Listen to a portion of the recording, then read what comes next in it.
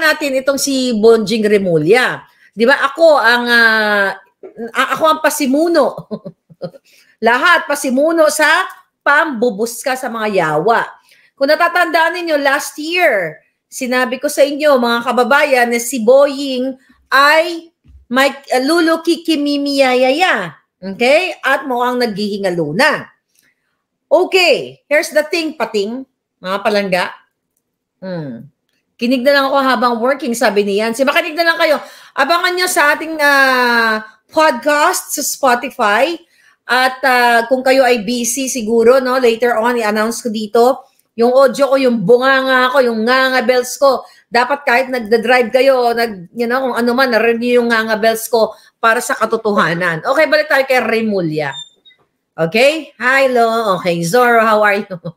Kita niyo naman ang props ko. Nakita ko po. Anyway, seriously, kahapon, nag-press conference itong si Remulla na mayroong, I'm trying, iniisip ko kung port catheter yung nandito. Pero usually kasi, ang placement ng port cath nandito sa left or right. Pero meron siyang dito malaking band-aid and everything, parang plaster, di sa jugular vein niya. So, I'm not sure kung ano ba yon, kung baka sinakmal siya ni Dracula. Sinipsip yung dugo niya, hindi ko alam. Di ba? Nakita nyo yung kanyang paghihingalo sa press conference niya. At kanina, nakita ko mukhang naghihingalo din siya nandoon sa pag-alis ni Kuting papuntang Australia at wala si Inday Sara. Okay? Teka muna, isa news blackout sa Imus Cavite pero meron nagsasabi na malala na daw talaga ang kalagayan niya. Yes, ito naman mga palaga. Okay, Remulla, sasagutin kita sa mga hanash mo. Okay? So last year, sinabi ko sa inyo at nag-viral yun na may sakit siya na malala ang kanyang karamdaman ayon sa ating mga Juting Jahas. Jen Maxine Chicago, thank you for your love. Mga kababayan, hindi siya public servant, di ba? Siya ay ahas servant. Si Remulla ay isang nagsiservisyo kay Jutang Ginines Lisa Ahas Mugs. Hindi siya nagsiservisyo sa publiko. So, nung in-expose ko sa inyo na si Remulla ay may sakit at malala at nagre-recuperate o nagpapagaling, nagkamali ba ako? Tama. Kasi kahapon, nung nag-speech nga siya, nag-press conference siya, hinahabol niya yung paghinga niya. Parang hindi na siya katulad nung dati na, na matika, not matikas eh. Yung normal lang, kahit ang edad niya ay 62 years old na raw siya, kaya ang sabi niya, nagde-deteriorate din or, yung ating katawan. It's true na nag-deteriorate ang ating mga katawan. Kahit nga 50 ka pa lang, pwede ka mag-deteriorate, pwede kang bumagsak ng sa resistensya mo or you know what I mean? At sabi ko nga, lahat naman tayo, swerte ka na lang kung matutsugi ka ng hanggang 95 o 100 na hindi ka nagkakasakit o hindi mo nararamdaman yung mga katulad ng mga nararamdaman ng mga bata pa lang, 60, 70, nagkakaroon ng mga heart attack or what's something. So, dun sa press ko niya, mga palangga, ang sabi doon, ang tanong, I think tinanong siya or binanggit niya na yung lumalabas na issue na kontrobersya sa kanya na siya ay malapit na matsugi o may sakit na, ay mga mahilig lang daw sa marites. Buha ka ng ina ka pala, Bonjing eh. Paano naging marites? May sapak-sapak ka na, sabi ko nga dito na plaster or malaking band-aid o whatever gasa dito na parang ang sinakmal ni Dracula. Diba? Tagutin mo nga itong FBI. Hindi. Anak ko. Sabi mo, busy ako, binubol siya kayo mga buha ka ng ina eh. Sagutin mo. Ayan, yan. Anyway, mga palangga. Jutang Ginina ka pala eh.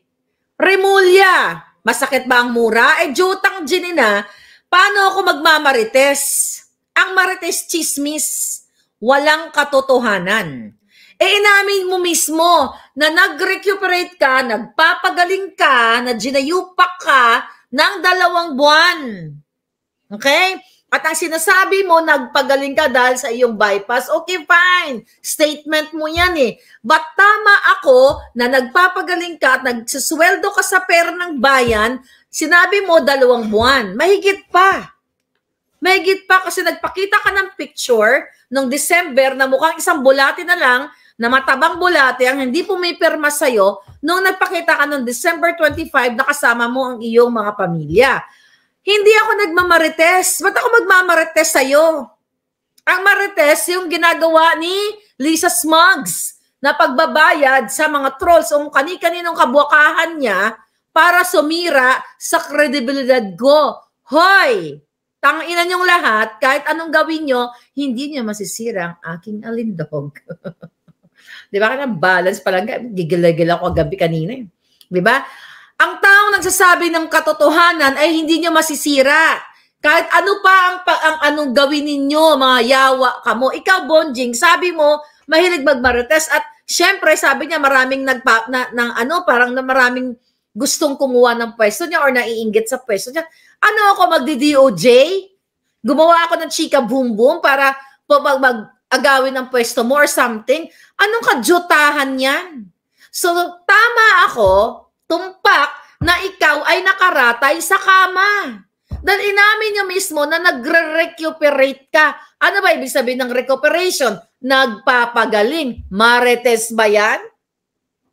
The point here, ang sinasabi mo sa press con mo na natural lang na magkakasakit ang isang tao na tumatanda. Tama.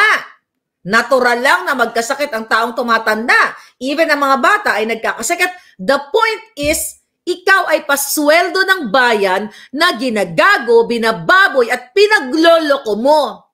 At sinabi mo rin sa press conference mo na kahit nagre-recuperate ka, work from home ka, ay putang ina, paano ka magpapunction ng jutak mo? Ha? Nasa bahay ka, sumisweldo ka, tapos nakaratay ka sa bed. Kasi, kaya hindi ka pa tinatanggal-tanggal ni Lisa Smugs kasi gusto niyong sabihin na si Maharlika ay fake news. Pero hindi ako fake news, mga kababayan. Galing sa bunganga ng mga giatay na 2 buwan siya nagpahinga, nag-recuperate at sumusweldo siya sa pera ng bayan. Yan ang katotohanan. So, sino ang nagpapatakbo ng DOJ? Eh di si Lisa Smugs. Hindi totoong ikaw. Paano ka magpapunction? Ang daming sinasaksak na gamot sa'yo. Kung may port cut ka, syempre tatago mo yan. Di ba? Ano ba yon? Di ba? Para sa, ano ba ang line na nilalagay dito? Yun know, pag sinabi mong port catheter, ito ay, kung ikaw ay may karamdaman na lulukikimimia. So, ibig sabihin, yan ay nakaangkla lang dyan sa iyong pusong itim na in any moment, kailangan mo ng medisina, isasaksak ng bonggang-bongga, or kailangan mo ng blood transfusion, nandiyan dyan na naka-ready na or something. Pero hindi ko pa ma-confirm yan kasi syempre naka-cover up ka. So nakita ko lang yung jugular plastic mo dito. So I don't know, I'm not sure kung ano, dito sa niek. Sa niek sa leg. Dito sa gilid. Ayan, dito. Ito. Pansinin nyo, di ba? Andito ba? Okay, sa picture? Nakalagay ba dito sa brand? Wala. Oh, hindi. But anyway, chemo, yes, sabi ni Rowena Cruz. Yeah, port yun. Walang mga palangga. May mga kamag-anak tayo, kaibigan tayo na nagkakasakit minsan. Sa right area pala niya, not left, sa right. Nagkikikimi mo. Sabi ni Zoro, nagkikikimo mo. Nagkikikimo mo. I mean, putang ina, pinaggagago tayo. Nakita ko, humahangos ka eh. Wala namang masama kung aaminin niyo yung totoo sa taong bayan. Ang problema, masyado kayong suga pa sa power. Na dapat tinatanggal ka na at pinapalitan ka ng tao na functioning ang utak at physically fit. Eh kitang-kita na humahangos ka o maghahabol ka ng hininga. At bilang isang Department of Justice Secretary, ang trabaho niyan eh talagang pangmalupitan. Pero paano ka nga magtatrabaho ng pangmalupitan? Kasi ang tinatarget nyo is si Pastor Kibuloy based sa inyong statement at si Congressman Arnie Teves. Diba? Dahil hindi ka matanggal-tanggal yan, dahil hindi ka naman nagpapatakbo eh, kundi ang buha ka ng inang Lisa Smugs na ito. May central line med port for chemo. chemo. Sabi ni Adele Lester, okay? Huwag na kayong tumaya sa lottery, sayang ang, sabi ni Ecolisa, very pale siya, parang walang dugo. Sabi ko nga, sinipsip ni Dracula eh. Merlita, sinipsip nga ni Dracula ang jutang din ng dugo niya. Very pale, di ba? Ang itsura niya, parang kulay papel na basta, pale. Sabi nga natin mga kababayan, tama gid sa Lignites. Walang, totoo naman na lahat naman, hindi naman natin hinihingi na lahat tayo ay, magkasakit. Pero darating tayo dyan. Ako nga, 3 years ago, I had an operation. Okay, pero hindi ko sinabi yan sa inyo kasi ayoko magpakaawa. Kaluoy man si Marlica. But it's a mild operation. Anyway, nalagpasan ko yon ng bonggang-bongga. Alam mo yon, sa stone lang naman yon. Kasi masyadong masyokaw din ang lola ninyo. Anyway, karma is real. So ngayon, mga kapalangga, ang sinasabi niya, natuloy-tuloy daw yung trabaho niya. Paano ka nagtuloy-tuloy ng trabaho kung nagpapagaling ka? Bakit hindi ka mag-resign? Bakit? Hindi pa matapos ang kontrata nyo ang agenda nyo ni Lisa, ni Tambaloslos sa inyong mga illegal activities? Taga Cavite kami, hindi na napalitan ang mga remulya, sabi ni Gabriel Lambohon. Sabi ni Bubbles TV, si Atty. Trixie pala inalis sa karambola, hiningi daw ang ulo niya na taga-government. Si Lisa ang humingi ng ulo ni Trixie, wala nang iba. Alright? So ngayon, remulya, kung ako sa'yo, kung ikaw mahal mo yung sarili mo, okay, mahal mo ang health mo, mag-resign ka. Pero alam ko hindi ka pa magre-resign, pero darating tayo dyan. Hindi ka magtatagal dyan. Dan unang-una, hindi magtatagal si Kuting. Yung ilong mo, yung breathing pattern mo, bagsak na. Diba? Baka nga nag-oxygen ka pa eh. Dahil sa breathing pattern mo, kahit na walang medical background ang taong tumingin sa'yo, naghahabol hininga ka. Ngayon, kailangan ba namin ito ligsain? Pakialaman natin ng health mo? Of course. Kasi sumasweldo ka sa pera ng bayan. At mong sinasabing Marites ha? Hindi ako si Marites, si Maharlika ako. Giatay ang yawa. Ang sarap junggulin eh. So ngayon ba lang doon sa press ko niya, ang umiikot doon ng pinag-uusapan kung paano habulin si Pastor Quiboloy at saka si Arnie Teves. So again, sino ang author nito? Ang author nito, taga Malacanang. Ito, yung butod. Kaya mamaya, kukulan tayo ng mangulam. Okay? Yung hinayupak na yan, mga budo niya, mga sex, chuba-chuchu niya. Ito, mag-orasyon kayo. Yung butod niya, palalaparin natin ng bonggam-bongga. Okay. Ngayon, ano pa mga chika-chika niya? So, tama ako, mali. Tama ba si Maharlika na si Boying ay malala na? Alam mo, sa sobrang kasinungalingan mo, hindi mo kayang takasan si kamatayan. Okay? Sa sobrang sinungaling mo, hindi mo kasi itago ang nararamdaman. Natural lang, again, na magkakasakit ang katulad mong majitim ang budhi. Pero wag ka magsinungaling na ako'y nagmamarites. 'Di ba? 2 buwan ka nawala ni Haniho. Nag-announce ka ba na unang-una, nag-anunsyo ka ba sa mga tao na ako po si Bonjing Remulla, magpapagaling po ako ng 2 buwan kasi kailangan ko po gumaling. Ako po ay galing sa bypass chuchu. Kailangan ko magpahinga. Nag-announce ba kayo sa taong bayan? Hindi, mga buwaka ng ina nyo. So anong tawag dyan? Panloloko. Panggagago. Habang hinihigop, nilalamon nyo ang pera ng bayan, binababoy nyo ang tao sa inyong panglilinlang. Hindi yan pagmamarites. Pagkikritiko yan, pagkikritisismo o criticize sa mga taong gobyerno na katulad ninyo na binababoy nyo ang pera ng bayan at nilalamon nyo ang pera naming lahat. Yan ang punto de vista. Wala kaming pakialam kung magkasakit ka. Kung ikaw ay ordinaryong citizen na tahimik ka, kaso hinahawakan mo ang Department of Justice at ilan ba ang sangay na under sa'yo, katulad sa immigration. Kaya pala nagka-letsi-letsi dyan sa immigration, nagka-peste-peste yung mga pila ng mga tao na hindi na makontrol sa sobrang dami dahil ikaw ay recuperate. That's my point. So kung ordinaryong citizen ka o retired o whatsoever na nagkakasakit ka, bakit kailangan naming pakialaman yung sakit ng isang tao? Hindi yan, wala kaming pakialam sa sakit ng mga tao. Ang pinakakialaman namin, nasaan kang yawa ka. So coming from your mouth, kahapon, 2 months ka, sumweldo sa kaban ng bayan habang nakaratay ka sa bed. See that? Yawa. Mga hinayupa. Oh. Sabi ni Martha, si Bonjing hinihila na ng lupa, puro kademonyohan pa rin. Exactly. Diba? Lulunukin ka na lang, lalamunin ka na lang ng lupa, puro ka pa sinungalingan. Ako pa ngayon, o kami pa ang pagbibintangan yung marites. Sinabi ko naman talaga na ikaw ay malala ang sakit. Nag-recuperate. Kung hindi malala ang sakit mo, kung okay ka, kung mild ka, ang sakit na trangkaso or sipon-sipon lang dong. Kahit 2 araw o sabihin na natin, 1 linggo magaling ka na. Like ako, nakita nag-ubo-ubo ako pero boljak pa rin ako ng boljak. May sipon-sipon ako. So, mild lang yon. Nakakapagbunga nga pa rin ako eh. So, ibig sabihin, humiga ka sa kama, humiga ka sa bed mo for 2 months. So, ibig sabihin, hindi ka nagpahinga ka eh.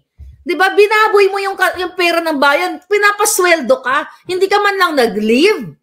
In-announce mo ba na nag-leave ka sa amin? Tapos kami pa ngayon na may kasalanan, marites pa at may interesante kami o ako ba, kung sino man pinagbibintangan mo, interesante sa pwesto mo na nainggit.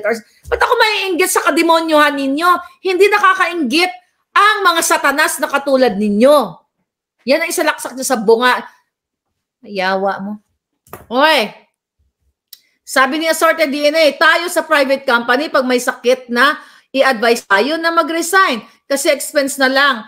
Tapos sa mga nayupak na ito, tanggap ng perang hindi sa kanya. Leche, buwisi talaga ang sarap ng buhay. Sabi niya, exactly my point. Ang ordinary worker sa isang kumpanya, di ba? Hindi ka pwede mag-absent ng ganyang katagal. Unless, you know, paliwanag mo or, you know, malupit yung hinahawakan mong posisyon. At nasa ano naman yan, nasa agreement naman yan ng boss mo o ng owner ng company. Pero kasi ito mga palangga, we're talking about the public funds. Sino nagpagastos sa'yo? Oh, malamang pera naman ng bayan. Kapal na mukha ng putang ina.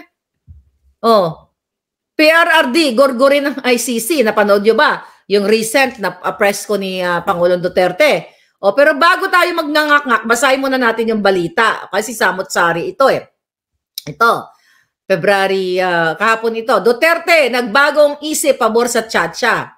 Matapos ang mga naunang pahayag ng pagtutol sa charter change o Chacha, tila nagbago na ang tono ni dating Pangulong Rodrigo Duterte. Sinabing susuportahan niya ang pagbabago sa konstitusyon kung hindi pa lalawigin ang termino ng mga nakaluklok na opisyal ng gobyerno ngayon. Sa ginanap na prayer rally sa Cebu nitong linggo ng gabi, sinabi ni Duterte sa harap ng mga tao na wala siyang problema sa Chacha hanggat walang nakalaan na interest dito. Vested interest ni Kuting. Sinabi ng dating Pangulo na susuportahan niya ang pagbabago ng konstitusyon tungkol sa economic provision, maging sa term ng presidente. Subalit, ito dapat hindi dapat ito pabor sa kasalukuyang leader ng bansa o mga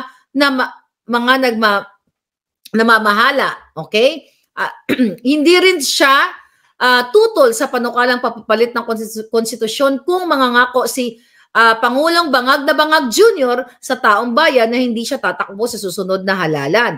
Idinagdag pa ni Pangulong Duterte na anuman ang hakbang para palitan ang konstitusyon para sa term extension ng mga kasalukuyang nakaupo sa gobyerno. Okay, nasagot na natin yan, yung tungkol sa kanyang pagbago ng tone. Okay, you know that already. Pero ngayon, nagsalita na naman si Kuting, si Pangulong Duterte sa kanyang press con na pinaninindigan niya nga itong charter change na ito na dapat hindi magbenepisyo ang incumbent or kasalukuyang presidente katulad ni Kuting. Kung gusto niyang baguhin ang konstitusyon, kung gusto niya baguhin ang term limits, hindi dapat makikinabang yung mga nakaupo ngayon. Yung susunod para fair and square. Pero alam naman natin na hindi naman talaga yun ang intensyon nila. kundi para sa vested interest ng buwaka ng inang Marcos Jr. at Lisa Ahas na butod na naman. Nakita ko kanina, nakaputi pang buwaka ng ina. Parang, parang bao na, yun di ba yung bao, yung turtle, nasa likod yung buntis.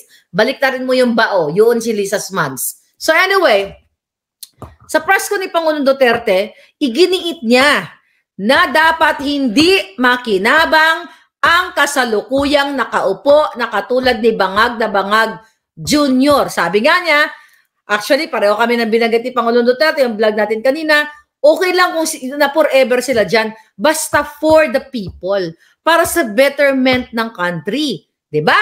Pero hindi nga nila gagawin yan. Kaya may nagtanong doon kay Pangulong Duterte tungkol sa ICC. Sabi ni Pangulong Duterte, anong ICC? Gugurgurin ko yung mga yan. Sasampalin, sabi ni Pangulong Duterte. Kasi ang binanggit niya, yung mga banyaga na yan, sabi niya, yan ang sumakop sa atin. Binanggit niya doon yung Espanya, di ba? At binanggit niya ang pagsakop sa atin ng mga Amerikano noong panahon na yon at kung ilang buhay ang nabuwis, kinamkam, ginawa tayong slaves. Kaya nabanggit niya na pagpunta yan dito, gugurgurin ko yung mga yan. That's really very Duterte style. At may nagtanong sa kanya doon na tungkol sa kung adik-adik daw si Kuting, sabi niya, wala man akong sinabing na adik siya. Alam mo, unpredictable si Pangulong Duterte. Alam naman natin kung anong style niya, but who knows? Baka nga sa June 30, mamiesta tayo ng bonggang-bongga at the next day, wala na ang buwakan ng inang Kuting. At naaalarma sila. Naalarma sila sa Davao, naalarma sila sa Cebu. Okay? So yung sinasabi ni Pangulong Duterte na gurgurin niya, I don't think na literal yun, nagugurgurin niya, di ba? So yun ay out of his outburst, frustration sa ginagawa ng ICC, panghihimasok sa atin na wala silang jurisdiction. Pero kaya nasasabi ni Duterte yon, ni Pangulong Duterte, dahil nga nakikipagsabuatan itong baka ng inang Lisa Smugs, yang si Remulla na yang naghihingalo, yang si Kuting na yan, na malapit na rin yung hayop na yan pag siningil ng karma, nakipagsabuatan sila sa ICC. Kaya ang Pangulong Duterte, ginaatik-atik sila. O, di ba? Sabi nga rin ni Pangulong Duterte, naatik-atik ko lang kayo. Di ba? Doon sa kanyang pag-tone down. Ngayon, mga kababayan, nabanggit din doon sa press conference ni Pangulong Duterte na tinanong siya kung niregaluhan daw ba siya ng niregaluhan siya ng baril ni Pastor Quiboloy. Ang sagot ni Pangulong Duterte doon, gusto mo pag regaluhan ko si Pastor ang regaluhan ko, bukas kanyon. Actually, natawa ko doon. Kanyon daw ang regalo niya. Ba't na siya magre-regalo? Ay, bakit daw si Pastor Quiboloy ang magre-regalo sa kanya? Marami siyang collections. Tama naman.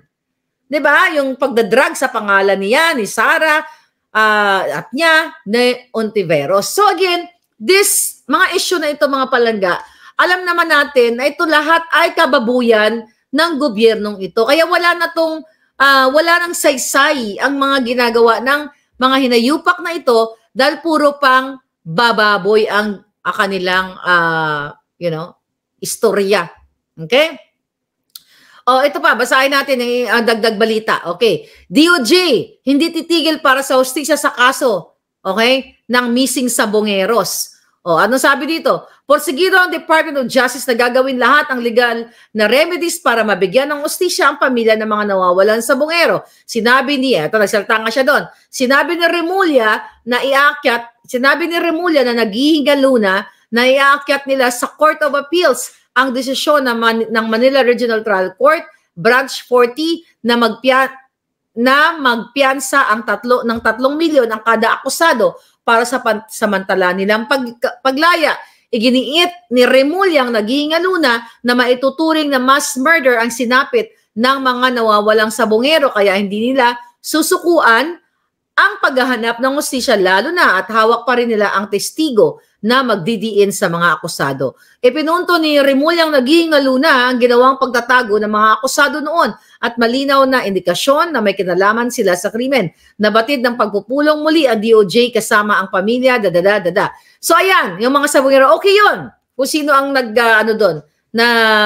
nagkitil doon. Pero ang tanong, yung mga malahalagang issue, Ha? Department of Justice. Pero yung pagpapalaya kay Mark Anthony Sayarot, nakasabwat ni Kuting o sinama ni Kuting sa kanilang mga travel visit, naka-plaster yung bunganga mo, Remulla. Dapat hindi yung liig ang pinlasteran sa'yo eh. Yung bunganga mo lahat pinlasteran sa'yo at ang juluyan ka ng jutang Ginemes. Diba? So ngayon mga palangga, okay? Anong ano dyan? Anong nakikita ninyo? So lahat pambubudol. Walang investigasyon pagdating sa mga taong sangkot na kaalyado nila. Smuggling, Sayarot, si Chandiramani, lahat ng mga issue kay ayan, nasasakupan mo yan. Si Pidea, si Virgilio Lazo na nagtanggal ng mga trabahador dyan sa Pidea, naging floating na, pinagigipit niya. Yawa ka, ha? Yawa kayong lahat. Pero itong mga isyong mga maliliit, although kailangan tutukan din naman lahat ng isyo, lalo na kung ang mga kababayan natin ay biktima, pero ang mga biktima mismo sa loob ng gobyerno na binababoy nyo, pinagtatanggalan nyo ng trabaho, mga hinayupak kayo, tahimik kayo, mga yawa kayo, kaya dapat sa inyo kinukulam din. Ayan, tusukin ko yung jugular vein mo, at saka yung yung port mo para maputol mamayang gabi. Ayan. Zoom, putol niya mamaya. Ayan, hindi ka makahinga. But anyway, mga kababayan, putangay na, pinaggagago tayo. Ito, Remulla. February kahapon ito. 2 mananaya mula na naman sa Nueva Ecija. Maghahati sa 70 million. Mega Lotto. Putangay na, hanggang ngayon, wala pa rin. Buha ka ng ina ninyo. Nasaan na si Robles? Nasaan ka na, Tulfo? Puro ikaw, puro marites, puro katsipan ang topic mo, puro kababuyan, puro awayan ng mga magjowa. Yan ba ang senador na may silbi? Asan ang pangako mo, Tulfo? Napaimbestigahan mo si Robles, ang PCSO, yung baka ng inang Lisa na yan. Hindi niya makaray-karay. May nanalo na naman, 70.8 million. Paghahatian daw, from Nueva Ecija. Sino to? Sino naman tong mananaya na ito, ha? Ayon dito sa abiso nitong Martes, yakapon, sinabi ng PCSO na ang winning combination ay tinamaan ang total jackpot. Sino ito? Araw-araw, every other day, may nananalo. Ha? Ano to? Edited picture na naman? Mga kababayan, pinagluloko na naman tayo ng mga hinayupak na to. Hanggang ngayon, si Tulfo tahimik.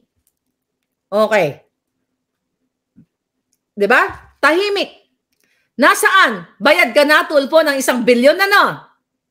Tahimik ka nang hinayupak ka. Mumurahin ko kayo lahat. Hanggang sa tumagos ang bunganga ko sa inyong mga pusong itim. May nanalo 70 million. Walang transparency. Nasaan ang transparency, accountability na mga buwaka ng inang politiko na ito ay mga nakaupo? Kayo, wag na kayong tumaya ng loto. Ibilin nyo na lang yan, ipunin nyo na lang, gawin yung alkansya. Pagdating ng isang buwan, 20 pesos ba? Every 3 weeks sa'yo, kung magastos kayo ng 60 pesos, o sa 10 taya nyo, that's 600 pesos, mas-save nyo na lang. Wag na kayong tumaya ng loto hanggat hindi naliliwanagan ng taong bayan kung sino ito mga bogus na loan bettors. Wala po kayong aasahan na mapanalo kayo. Nakita nyo naman, di ba? Nag-hearing na sa Senado. Anong sabi ng buwaka ng inang si Rapi Tulfo? Buwaka ng ina 10 ng mga nakikinabang sa pera mo na kinikita mo sa gobyernong hinayupak ka. Tatakbo ka pa? Tatakbo ka pa sa paging presidente? Yung sarili mong anak pinagkaitan mo? Pinagkaitan mo ng kapalaran o pinagkaitan mo ng future? Tatakbo ka? Hindi mo kayang solvein ang personal problem mo. Sa anak mo, pinagdamot mo ang kanyang karapatan para makapag-aral ng maayos. Ipinagmalaki mo pa yung $10,000 ba yun? Na kesyo pinamigay mo at di naman nakarating. That's only $500,000. Barya lang yan sa'yo.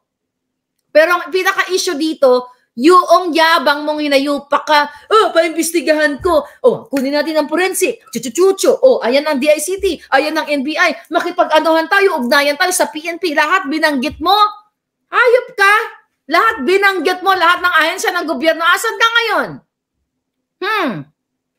The next day, the second hearing, absent si Romualdez, si Mel Robles lang ka. Hindi mo alam. Lumipad. 'Di ba? Lumabas ng bansa at nag-enjoy sa Japan. Tapos ano nangyari? Wala. Nga. Asan ang yabang mo kumpara ka sa Pilipino? Tulpo. Paulit-ulit ko tong loto na to. Dahil kayo ang nananalo. Dahil ikaw ba ay binigay na sa iyo advance yung 1 billion instead na mapunta kay loan better, inareglo ka na ni Lisa Ahas at saka ni Robles, kaya ayaw mo ng puruan, wala ka naman bayag Wala kang tapang. Dahil kung matapang ka, nasulba na yung problema ng bayan natin. Na yung problema ng loto na yan. Wala kang bayag, tulpo. The moment na pinabayaan mo ang anak mo, doon sa una ba yun? Oo. Ibig sabihin, wala kang kwentang nilalang. Bakit ko alam na wala kang kwentang tao na hindi ka para sa Pilipino? Di ba? Ang kinukuha nyo lang dyan sa inyong show ay mga issue sa tangkangan, marites, yung tunay na marites, yung problema ng mga kababayan natin, personal problem, family problem, na ine-exploit mo. Ine-exploit mo, pinagkikitaan mo, bibigyan mo lang ng 5,000, 10,000 pamasay, bida ka na. Magaling, galing-galing ni Tulpo ka. Galing-galing si Rapi, binigyan ako ng 10,000. Kaluluoy ka mo. Pumipila kayo dyan ng pagkahaba-haba. Saan ba opisina niyan? Kasi yung kaibigan ko pumila dyan Siya pa nga nabigay ng pera sa nakapila. Di ba? My friend, pumila siya dyan. Kasi umaasa siya na may patulpo yung kanyang problema. Ayaw tanggapin. Kasi gusto ni Tulpo ay, ma'am, hindi po yan kasi magbabiral. See that? So para saan si Tulpo? Para sa pag-viral ng kanyang mga marites. Para what? Pagkakitaan ang taong bayan. It's okay. Free market naman tayo. Free marketplace naman ang bansa. Pwede kang kumita kahit anong gusto mo. Whatever, tumambling ka, magpakita ka ng kipay mo, katulad kay Lisa Smugs na bumubuka-buka ka, si Bukangkang, si Emerald Bukangkang, di ba, nagbiga-biga, kung ano-ano pa. Buhay nyo yan. Kung anong gusto mong gawin sa social media, as long as, okay lang sa social media. Pagkakitaan ninyo, tumambling kayo. Yung iba, sumasakay sa karabaw para magka-reels. Nakakatawa yung mga yun Pero ikaw, Tulpo, public servant ang claim mo. Senador ka. Susolbin mo ang problema ng taong bayan na lumalapit sa'yo. Pero ang mga importanteng issue na ang mga tao ay kailangan nila ng what do you call it? Ng tao na makatulong. Kumbaga, hopeful sila na may isang Rapi Tulpo na tutulungan nila, ay tutulungan mo sila. Pero no, hindi yan pwede kasi hindi yan magbabiral. Ayaw ni si Rapi niyan. Gusto ko si mga nagkakangkangkarot na yung mga buwaka ng inang problema ng pamilya sa pamilya. Yung nag-check-in si ganito, nagganyan. Sinubo si ganyan, mga kaputahan. Di ba? Mga kadyutahan ng alam. Baka dahil yan ang practice mo. Dahil nga, di ba, sabi dyan, nakailang, isang girl, nakailang, ba yan? Chuba-chuchu, girlalo. Nakailang girlalo ba siya? Hindi ako updated sa kalandian niya. Buisit, chismis ang kinayayaman. Okay? Si Den Scorpion, paglangka. Yeah. Paglangka, ano yun palangga? Nawala yung langka. Hindi ko nabasa. Idol sagot, loto. Paglangka, may tangka. Yeah. Paglangka, may tangka. Police, ang patay dyan sa mga ayon, believe it or not. Ano yun? Unlimited kasal. Okay? So, hindi ko, kasi alam mo, hindi man ako nanonood yan, lumalabas yan lang sa mga reels, di ba? Pag nag-check ka ng reels, may mga lumalabas, sa mga nag-aaway. Actually, nakakaawa sila They're victims. Binibiktima sila nitong jutang ginimis na Tulfo na to, na akala mo, sasagutin, nung una, bibilib ka ng bonggang-bongga, akala mo yung Tulfo para sa taong bayan, even si Erwin. Ayan si Erwin, nilamon ka na rin, Erwin. Nilamon ka na ni Tambaluslos nabibigyan ka ni Tambaluslos. Lagi ka na sa puwet ni Tambaluslos mga putang ina nyo lahat Yes, mga jutang gininan nyo lahat. Hindi ba nakakamura yan? Galit kayo, murahin ko kayo? O, jutang gininan nyo lahat. Bakit? Yung pagnanakaw nyo sa pera ng bayan. Pahingan yan. Yung pagnanakaw nyo sa bayan. Ang pambaba, lalo ka na Rafi, PCSO, loto, paulit-ulit kasi gusto nyong pagtakpan. Robles kasabwat, Lisa kasabwat, tahimik kayo lahat mga jutang gininan nyo sa Kongreso, sa Senado, mga yawa kamo. Nami kayo butangan ng sili ang mga pototoy nyo. At nang kikiringkingin na kayo mga giatay mo. Natuto na si Tatay Giyong sa gorgor. O nga eh. Dapat sabayan ko pagising si Pangulong Duterte. Mukhang nanonood ang lolo nyo. Anyway, mga kababayan. So ito mga issue natin sa bayan natin na nakakagalit, na binabaliwala ng mga hinayupak na to at anong ginagawa nila? Pinagtatakpan. Mga palangga, pinagtatakpan nila at ang pinupush nitong hinayupak na junior na ito at least sa SMAGS ay yung charter change na yan. O, di ba? O, ano to mga bago na ito? February, higit 4.4 Pinoy makikinabang daw sa 106 billion allocation ng 4Ps. Makakarating ba ito? O, naglaan ang pamahalaan ng 106.35 billion sa ilalim ng fiscal year 2024 General Appropriation para sa pantawid pamilya ng Department of Social Welfare and Development na naglalayong tulungan ng mahigit 4.4 milyong Pilipino na karapat-dapat na pamilya sa buong bansa.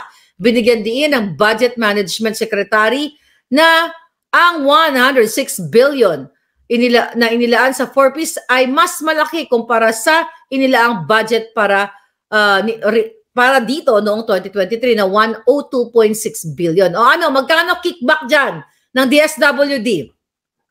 Magkano ang kickback ni Gatchalian, ni Pinky Romualdez, ng Undersecretary? Magkano ang kickback ng mga buwaka ng inang to? Sa 106 billion na ito. Ano sabi dito? Sakop ng nasabing alokasyon ng mga ayuda para sa pangkalusugan na nagkakahalaga ng 750 pesos bawat buwan. What?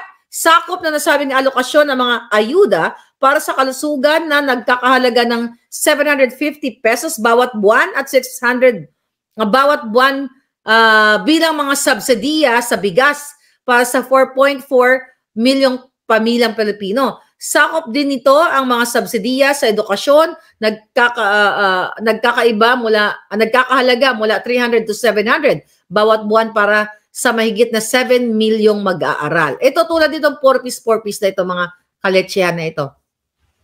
Katulad sa mga bata. Okay? Kasi sakop, di ba? Yang mga 4Ps na yan, actually maganda naman talagang ayuda yan, pero dapat hindi yan forever. Okay? Ang kailangan, kaya sila gusto ng ganyan, alam nyo, ginagamit lang kayo yung mga mahirap eh. 'Di ba? Alam ko yung talagang nabibigyan kayo, pero ang kickback nila, baka 3/4 or what, 75%, yung 106 billion na budget na yan, mga palangga, hindi yan mapupunta sa inyo lahat. Ang kickback nila magkano? Sounds, di ba, amazing. Kasi 106 billion ipamimigay sa ating mga kababayan. Pero ang totoo, ilan ang kickback ng buwaka ng inang Kuting at AS administration?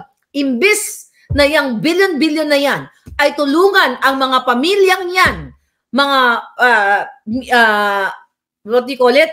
Yung indigent families. Imbis na tulungan sila para makabangon, bigyan ng livelihood program, magtayo ng pagkakitaan nila sa kanilang komunidad para hindi sila forever na nakasandal sa 4Ps na yan. Pero hindi. Lalo nilang pahirapin ng Pilipino at gagamitin, hindi kayo bibigyan ng mga livelihood programs kasi that's not their intention. Ang intention nila, maglaan ng budget sa inyo, kunwari, may budget kayo na 106 billion, pero ang catch niyan, mga kababayan, hindi lahat makakarating sa inyo. Kasi ibubulsa ng buwaka ng inang demonyong gobyernong ito. Nakikita nyo naman, noong nag-rally, nakikita nyo ginamit ang mga ayuda doon sa Carino Grandstand para ipangbayad sa mga rallyista. See that?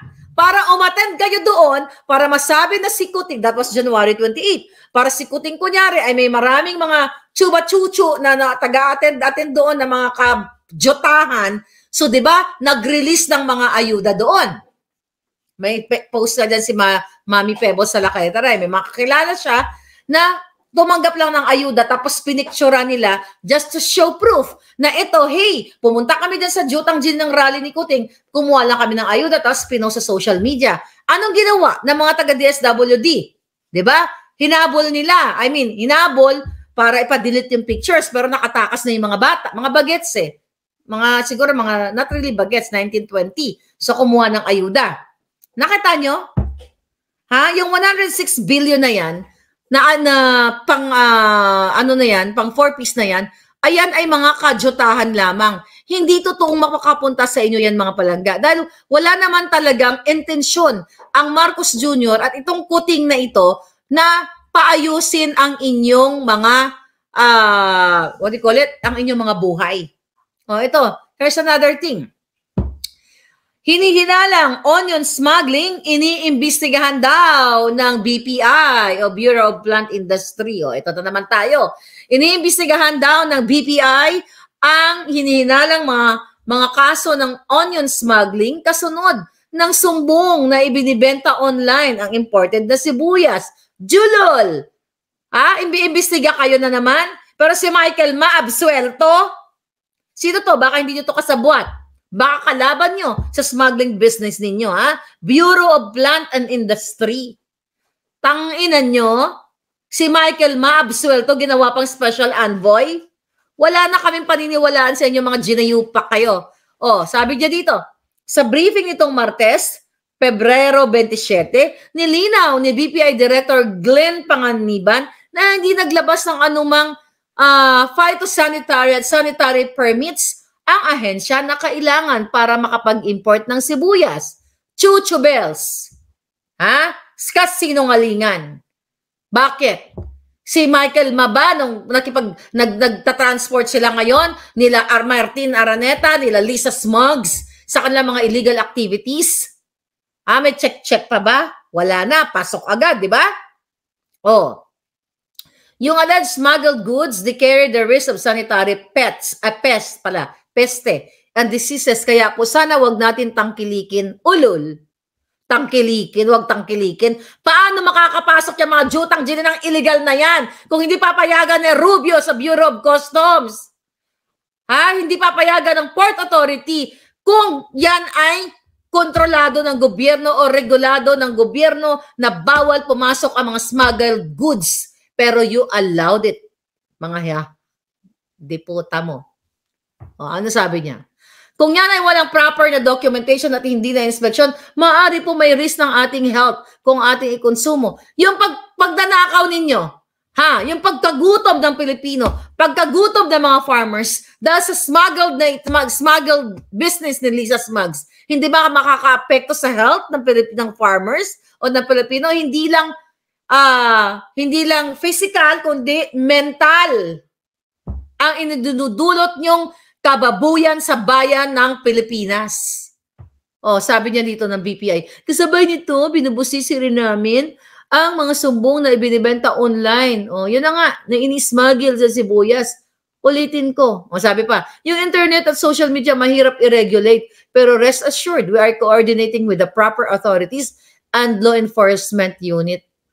Mahirap i-regulate ang social media. Pero bakit nga nakapasok dyan sa port, sa sa Bureau of Customs, sa lahat ng mga pwedeng pasukan ng mga smuggled goods? Diba? Anong kajotahan ito? We have check online pages, marketplaces, hindi naman ganun kalaki. But we have to check and verify the data. How about Michael Ma? China Philippines Unified Enterprises. Bakit hindi chinek?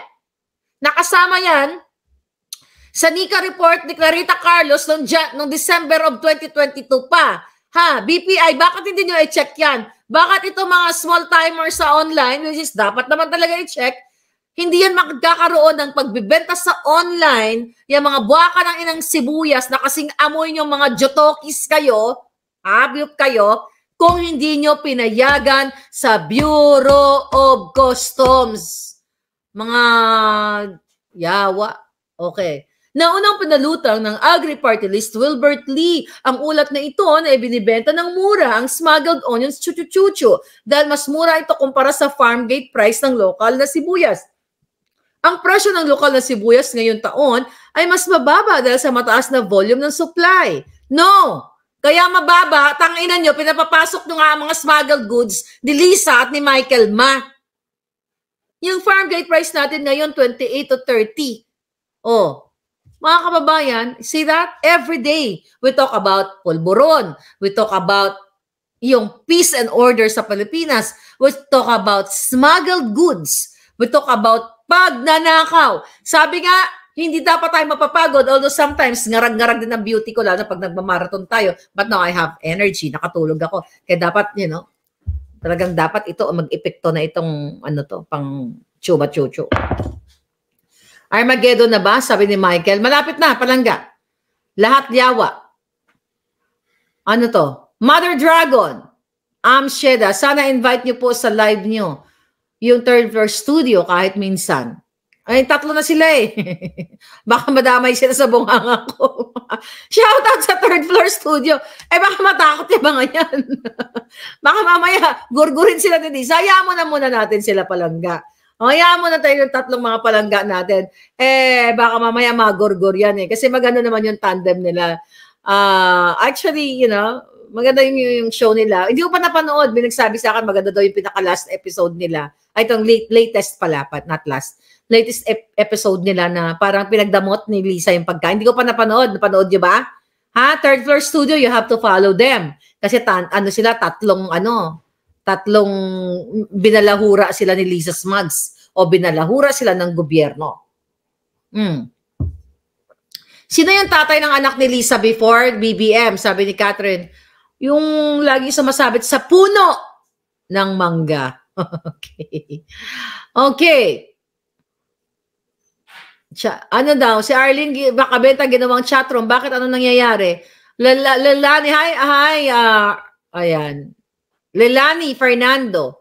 Pa-shoutout na rin sa Bacolod, Bala, sila nila. Sa mga Bacolod, mga tikalon pareha sa akon. Mga taga Bacolod na tikalon para sa akon, kamusta kayo mga palangga? Siyempre mga gwapa man. Okay? Bureau of Planted Industry, sabi ni Den Scorpion, ang BPI. Exactly. Salamat Marlica sa malasakit mo sa ating bayan, sabi ni Melds Morandarte. Kasi kapag mahirap ka, madali ka nilang mauto sa ayuda. Kaya ayaw ng mga politiko na umaangat sa buhay. Kaya nga instead na kabuhayan program, ayuda ang binibigay, sabi ni Gushon Assassin. Exactly mga palangga, ayaw nila kayong gumanda ang buhay ninyo. Ayaw nilang umusbong. Gusto nilang patuloy na maging mangmang ang mga tao. At yung 4-piece na yan, that's not really intended para na mabigyan kayo ng parang ayuda dahil gusto kayong tulungan. No. Ang catch dyan, kukunin sa budget, pero bibigyan lang ang ilan sa inyo, ikakat nila, pero mati-check ba natin isa-isa? Na talagang nabigyan kayo ng magkano man halaga? Hindi. Kasi pwede na lang doktorin ang mga papel. Magagaling yung mga hayop na yan eh. Kung kaya ni Marcos Jr., okay, makipagsabwatan o isama sa kanyang state visit itong mga durugista, mga bangag o yung mga nag-export na mga pulburon, kasama ang mga smuggler, kasama nagpapanalo sa loto ng mga bogus, kaya din niyang bugosin ang mga listahan ng 4-piece. Kasi ang dami nagsasabi sa akin, nagbe-message, Miss Marlica, hindi kami nakatanggap ng 4-piece na ganito, na ganyan. Nasa listahan kami. Di ba? So, yun, mga kababayan. The reason why kailangan nyo mag-get up, speak up, and pick them up. But we'll see. Baka sa June 30, sabi ko nga, mamiesta tayo doon sa invitasyon ni Pangulong Duterte. Ano ba yan? Bakit ang tagal ng buhay ni Boying? Sabi ni Evangeline Baluyot, malay mo, kanina nakita ko naghingalo eh. Tikalo na nasa gobyerno ngayon, Maharlika, sabi ni Rodrigo. Hindi lang tikalon mga palangga, demonyo man. Si Risa Live niya today, hindi daw niya ipa-file sa korte ang kaso versus Kibuloy. Kasi daw, ano daw? Kasi na daw yan before at walang nangyayari. So anong gusto niya? Ay gago ang diputa. Sinabi niya yun, Cher? Hindi niya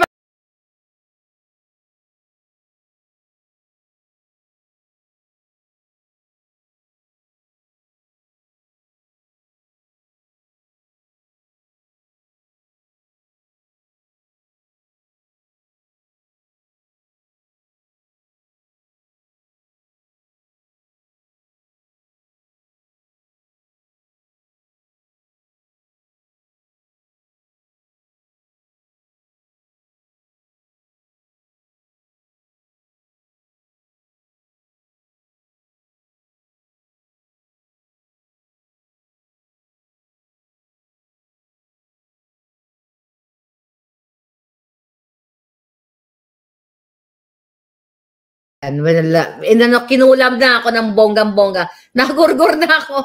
Jasmine Rice, ginurgur na ako ng mga jotang ginemes.